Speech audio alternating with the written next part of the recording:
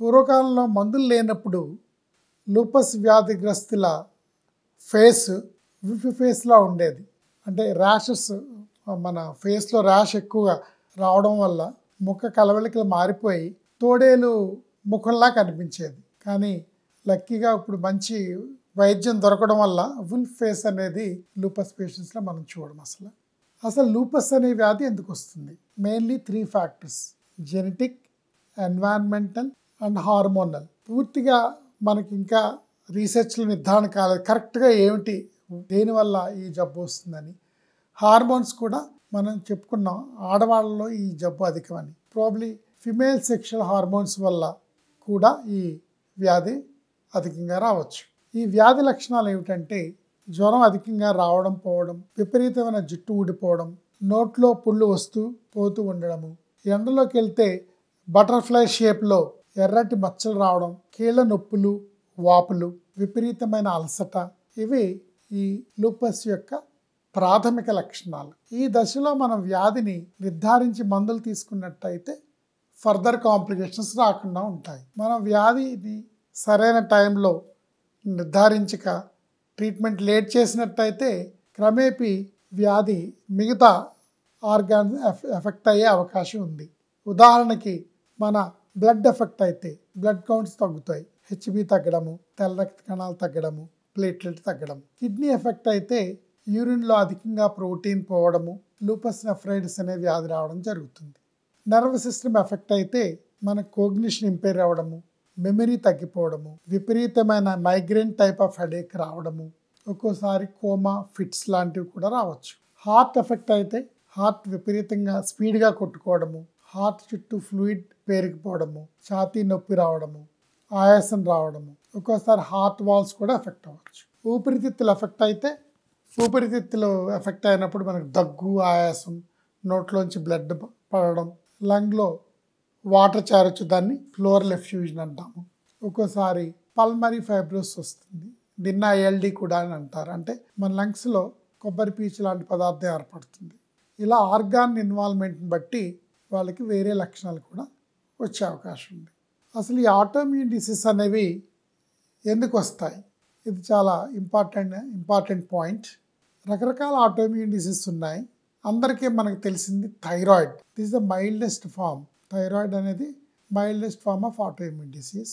Probably lupus the other end of the spectrum in autoimmune diseases.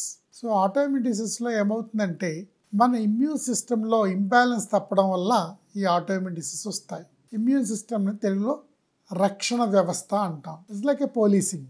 అంటే ఉదాహరణకి మన సొసైటీని రక్షించాల్సింది పోలీసులు, మిలిటరీ. కానీ కొంతమంది తిరగబడితే వాళ్ళని టెర్రరిస్టులు అంటాం. సో ఈ ఆటోఇమ్యూన్ డిసీజ్లో ఏమవుతుందంటే మనల్ని రక్షించాల్సిన యాంటీబాడీస్ మన శరీరం మీద తిరగబడతాయి. అప్పుడు మనకి ఆటోఇమ్యూన్ డిసీజ్ వస్తుంది. ఈ యాంటీబాడీస్ మన కీళ్ళని ఎఫెక్ట్ చేస్తే ఆర్థరైటిస్ వస్తుంది, కిడ్నీస్ని ఎఫెక్ట్ చేస్తే నెఫ్రైటిస్ వస్తుంది, ప్లేట్లెట్ని ఎఫెక్ట్ చేస్తే ప్లేట్లెట్లు తగ్గిపోతాయి, హార్ట్ని ఎఫెక్ట్ చేస్తే మయోకార్డైటిస్, పెరికార్డైటిస్ రావచ్చు. ఇలాగా ఎఫెక్ట్ అయిన ఆర్గాన్ బట్టి మనకి ఆర్గాన్ డ్యామేజ్, దానికి సంబంధించిన లక్షణాలు, కాంప్లికేషన్స్ చూస్తాం. ఈ వ్యాధిని ఎలా నిర్ధారిస్తాం? సో మనం ఇప్పుడు చెప్పుకున్న వ్యాధి లక్షణాలు కనిపించిన వెంటనే దగ్గరలో ఉన్న రుమటాలజిస్ట్ దగ్గరికి వెళ్ళినట్టయితే ఆ రుమటాలజిస్ట్ కొన్ని టెస్టులు చేసి కన్ఫర్మ్ చేస్తారు. ఉదాహరణకి ANA, double standard DNA, ANA profile వంటి రక్త పరీక్షలు. సాధారణ రక్త పరీక్షల్లో కూడా కొంత మనకి క్లూ దొరుకుతుంది. ఉదాహరణకి HB, white cell count, platelet తగ్గడం, సింపుల్ యూరిన్ టెస్ట్లో ప్రోటీన్ అనేది ఎక్కువ పెరగడము, అవసరమైతే ఎక్స్రేలు, సిటీ స్కాన్లు కూడా ఆర్గాన్ ఇన్వాల్వ్మెంట్ని బట్టి మనం ఆర్డర్ చేయడం జరుగుతుంది. ఈ వ్యాధి కన్ఫర్మ్ అయిన తర్వాత వెంటనే వైద్యం మొదలు పెట్టాలి. ఈ వైద్యం గురించి చెప్పుకునేటప్పుడు ముఖ్యంగా మనం తెలుసుకోవాల్సిన మందులు, ఈ మందుల్ని లూపస్ వ్యాధి చికిత్స గురించి తెలుసుకునేటప్పుడు అవి ఏంటేంటి రకాల మందులు ఉన్నాయి అనేది మనం తెలుసుకోవాలి. ఈ మందులు మనం 4 గ్రూపుల కింద డివైడ్ చేయొచ్చు. Pain killers, steroids, oral disease modifying drugs, 4వ గ్రూపు బయోలాజిక్స్. పెయిన్ కిల్లర్స్ అనేవి కీళ్ళ నొప్పులు తగ్గడానికి టెంపరీగా ఇస్తాం. స్టీరాయిడ్స్, చాలామంది స్టీరాయిడ్స్ అనగానే భయపడిపోతూ ఉంటారు. కానీ లూపస్ పేషెంట్స్కి స్టీరాయిడ్స్ అనేవి లైఫ్ సేవింగ్. సో అది కూడా మాకు కొన్ని గైడ్ లైన్స్ ఉంటాయి, మనం ఏ పేషెంట్కి ఎంత డోస్ ఇవ్వాలి, ఎంతకాలం ఇవ్వాలి అనేది. సో స్టీరాయిడ్స్ గురించి భయపడాల్సిన అవసరం లేదు. వ్యాధి తీవ్రత ఎక్కువ ఉన్నప్పుడు ఎక్కువ మోతాదులో ఇస్తూ వ్యాధి తగ్గుతూ ఉంటే డోస్ నెమ్మదిగా తగ్గుతుంది. సో స్టీరాయిడ్ సైడ్ ఎఫెక్ట్ గురించి భయపడొద్దు. స్టీరాయిడ్స్ అనేవి చాలా చాలా ఇంపార్టెంట్ లూపస్ వ్యాధి తీవ్రత ఉన్నప్పుడు. వ్యాధి పూర్తిగా కంట్రోల్ అయిపోయినప్పుడు, అంటే రెమిషన్ అంటాం, లూపస్ రెమిషన్లోకి వెళ్ళినప్పుడు స్టీరాయిడ్స్ పూర్తిగా ఆపేయడం జరుగుతుంది. సో లైఫ్ లాంగ్ స్టెరాయిడ్స్ లూపస్లో ఇవ్వడం జరగదు. మూడో కోవకు చెందిన మందులు ఓరల్ డిసీజ్ మాడిఫైయింగ్ డ్రగ్స్. దీంట్లో ముఖ్యమైనది హైడ్రాక్సిక్లోరోక్విన్ అనే మందు. సుమారుగా 200 mg డైలీ వేసుకోవాల్సి ఉంటుంది. ఇది లైఫ్ లాంగ్ మిగతా మందులు ఎజిథాప్రిన్, మిథట్రెక్సైట్, టాక్రోలిమస్, మైకోఫినలేట్ వంటి ఓరల్ డిసీజ్ మాడిఫైయింగ్ డ్రగ్స్. ఇవి వ్యాధి తీవ్రత ఉన్నప్పుడు ఈ మందులు వాడతాము. నెమ్మదిగా వ్యాధి తగ్గుతుంటే ఇవి కూడా డోసులు తగ్గించి పూర్తిగా వ్యాధి కంట్రోల్ అయినప్పుడు మందులు ఆపడం కూడా జరుగుతుంది. నాలుగో కోవకు చెందిన డ్రగ్ బయోలాజిక్ డ్రగ్స్. ఉదాహరణకి బెల్లిమ్యాబ్, ఎరిటెక్స్మ్యాబ్. ఇవి స్పెషల్ గ్రూప్ ఆఫ్ డ్రగ్స్. వ్యాధి తీవ్రత ఎక్కువగా ఉన్నప్పుడు ఈ బయోలాజిక్ డ్రగ్స్ ఇవ్వడం జరుగుతుంది. లూపస్ వ్యాధిగ్రస్తులు పాటించాల్సిన జాగ్రత్తలు ఏమిటంటే స్ట్రెస్ అవాయిడ్ చేయాలా, రెగ్యులర్ ఎక్సర్సైజ్ చేయాలా, ముఖ్యంగా యోగా, మెడిటేషన్ వంటివి చాలా మంచిది. సన్ పూర్తిగా అవాయిడ్ చేస్తే మంచిది.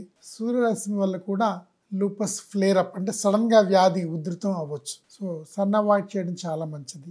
బ్యాలెన్స్ డైట్ చాలా మంచిది. డైట్లో డ్రై ఫ్రూట్స్ లాంటివి చాలా మంచిది. సో హెల్దీ బ్యాలెన్స్ డైట్ చాలా ఇంపార్టెంట్. క్రమం తప్పకుండా డాక్టర్ని సంప్రదించాలి, అంటే రెగ్యులర్ మానిటరింగ్ చాలా ఇంపార్టెంట్. మందులు సడన్గా ఆపకూడదు. డాక్టర్ని సంప్రదించకుండా డోసులు తగ్గించకూడదు. కొంతమంది ఎవరు పక్కింటి వాళ్ళు, స్నేహితులు చెప్పారని చెప్పి సడన్గా మందులు ఆపేసి ఆల్టర్నేటివ్ థెరపీస్లోకి వెళ్తే వ్యాధి ఉధృతమై ప్రాణాపాయం ఉండొచ్చు. సో సడన్గా మందులు ఆపడం కానీ డోసు తగ్గించడం కానీ డాక్టర్ పర్యవేక్షణ లేకుండా చేయకూడదు. ఆఖరిగా నేను చెప్పేది ఏమిటంటే, మన ఇండియాలో ఇప్పుడు అమెరికాలో లూపస్కి ఏ రకమైన మందులు ఉన్నా అన్నీ కూడా ఇంచుమించుగా దొరుకుతున్నాయి. లూపస్ వ్యాధి వచ్చిన తర్వాత మందులు వాడుతూ ఉంటే రెగ్యులర్గా వాళ్ళు అనుకున్నవన్నీ సాధించవచ్చు. పిల్లలైతే చదువు పూర్తి చేసుకోవచ్చు, పెళ్లి వయసులో ఉన్న వాళ్ళు పెళ్లి చేసుకోవచ్చు, సంసారం చేయొచ్చు, పిల్లల్ని కనొచ్చు, అందరిలాగే నార్మల్ జీవితాన్ని గడపచ్చు.